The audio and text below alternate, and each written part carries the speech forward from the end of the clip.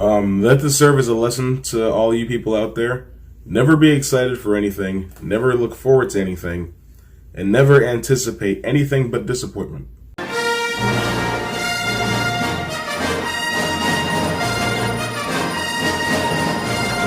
Star Wars Jedi Fallen Order. I was a little bit. I intentionally was dramatic about the beginning of the video. The game isn't the worst thing ever. But we'll talk about all of my issues with it at some point in this video. We're going to start with the plot of this game, and the plot goes as such. You play as this brave boy named Cal Kestis. He is a Jedi that survived Order 66 and has been laying low in the years since. And now he's been found out by the Empire. And you meet this ex-Jedi named Seer and this pilot named Grease. And you're going to go around the galaxy until you find this holocron that was hidden away that contains a list of Force-sensitive children, and your hope is to go find those children, train them in the ways of the Force, and rebuild the Jedi Order. But of course, nothing can ever be that easy. You face all manner of opposition in the course of pursuing that goal. The Empire, for one, many wildlife creatures. You fight more wildlife than anything else in this game, and it's just like, alright, I mean, I guess there's probably some dangerous animals in Star Wars, but this is getting a little out of hand. But along the way, you face a couple Inquisitors, and this is more of an issue that I have with Star Wars Rebels than particularly this game. Inquisitors don't make any sense, because Palpatine and Vader both know that there's only a certain amount of dark side of the Force power to share. That's why there is a rule of two, a master and an apprentice. Sure, Inquisitors aren't Sith, but they're still pulling from the dark side consistently. And you can tell because it mangles their faces and it turns their eyes yellow. They are dark side conduits. But for some reason, Vader and Palpatine are just okay with being weaker because, sure, let's have 35 Inquisitors. Like, what do you do? What are you doing? And I blame Rebels because I'm pretty sure Inquisitors came from Rebels. I'm not 1,000,000% sure, but I do not remember hearing about them before then. And then here they are in this game. And it's just a thing that's been bugging me for a long time. But all that stuff out of the way, let's get into gameplay, because this is gonna be chunky. The combat in this game is built to play like a Souls game, but it doesn't really work like a Souls game, because Souls games, you know, the camera's backed out a bit, and a lot of times you have wide enough attacks to where you can hit multiple enemies. If they're like ground level type of things, just creatures you don't have to worry too much about. Not really so much in this game, because the combat it feels like it's built strictly for one-on-one encounters with intelligent beings, like you're supposed to be fighting stormtroopers 24/7.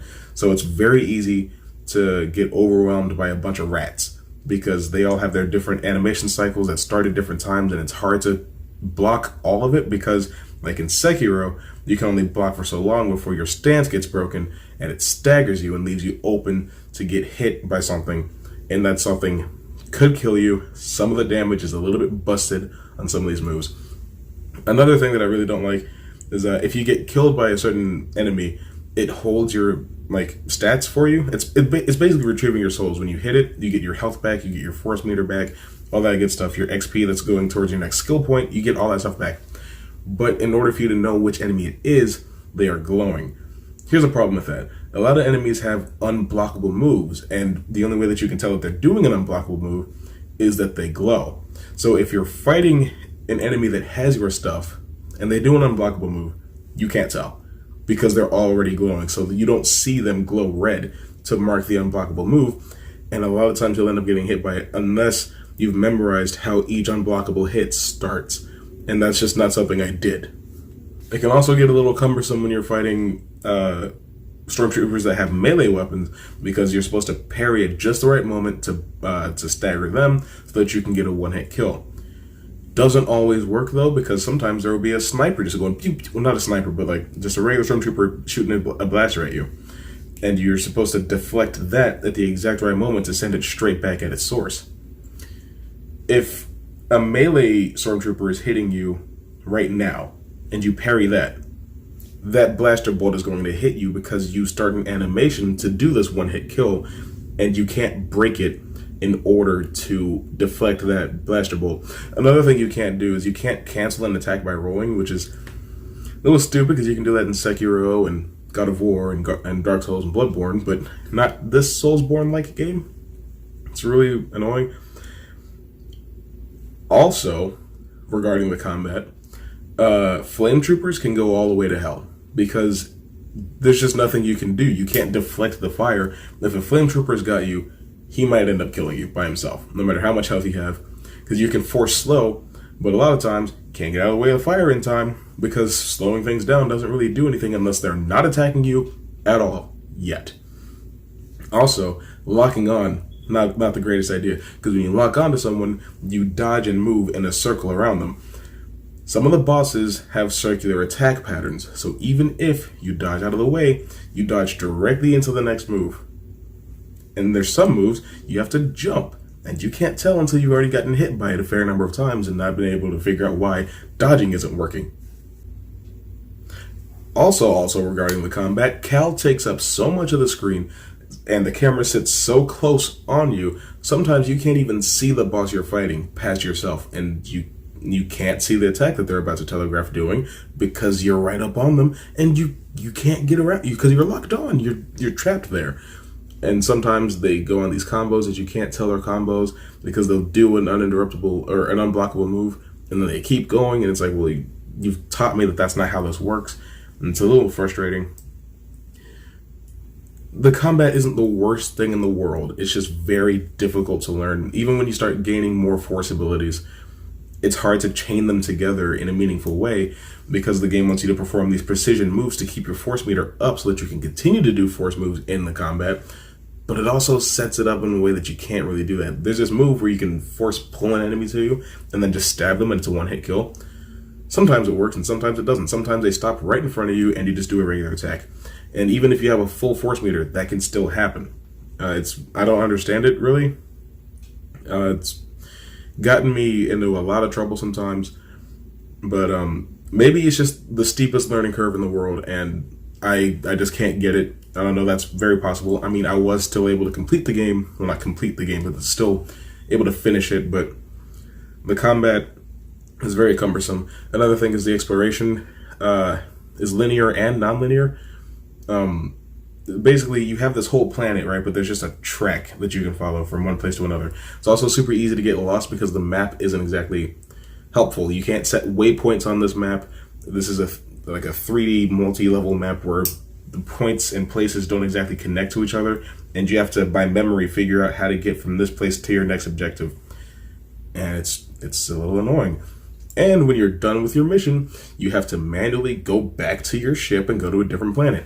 Sometimes that's cumbersome, sometimes it's not. Maybe you can unlock a shortcut, but still, sometimes there's a lot of backtracking just to get back to your ship. I don't like that. I like to just be able to move on. Like, you know how easy it is to get lost on your way back to your ship? But sometimes Cal doesn't like to grab ropes when you need to swing on things, and sometimes he doesn't like to slow the right thing down when you're trying to jump on things that you need to slow down. Overall, this game has a severe lack of polish. I think EA forced this game out to, bank on the Star Wars name because Rise of Skywalker's coming out in a couple of weeks. But this game really should have benefited from a couple more months in the oven. I really want to like this game. Even the narrative isn't all that strong, but I would have forgiven it if it had some solid gameplay. The gameplay is just really rough around the edges. And I sure hope that I'm not the only one that feels that way, because if so, you know what? Oh well. I feel like I'm the only one that doesn't like the Joker movie. I can withstand that sort of thing. Again, the game isn't bad. It's just very rough. It doesn't feel entirely finished. It definitely needs some polishing.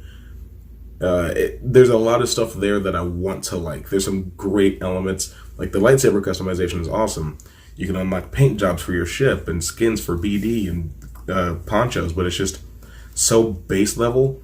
And considering that those are the only unlockable things in the game, once you beat the story, exploration isn't really all that interesting because it's just cosmetic stuff that you can find. Bless me. Anyway, yeah, the game's fine, I guess. There's just very little replay value for me. As I said, there's little motivation to run around in the end game looking for stuff on the planets. I don't know. Like I said, it's rough. There's like 62% of a game that I love in this game, but the other 38 is just issues that I kept running into. Like, I never really got the hang of the combat. I just struggled and struggled and struggled, and that was it. But maybe you had a better time with it. I really hope you did. But for now, it's time for me to rate this thing, so please don't yell at me. Star Wars Jedi Fallen Order is worth buying on sale on console, so that if you don't like it, you can get at least some of your money back. There's no need to go out and rush to buy this game on PC. I mean, for me, I had some major performance issues on PC. It's not my hardware, because I set this thing to medium graphic settings, 30 FPS. I was still tanking. I was having input lag. I was having screen tearing. The game was just freaking all the way out. Especially when you pause. When I would pause and then resume the game, my textures would be gone. I don't know why. Let me know if you've had issues with this game on PC. It was really giving me trouble. But I'll see you in the future. Also, actually, before I go, congratulations to I'm Not Racist, but because you have won yourself a copy of Star Wars Jedi Fallen Order on PS4. So feel free to message me in one of my contacts and my on the back end of my channel or in my description, and we'll work this thing out for you. I'll see you soon.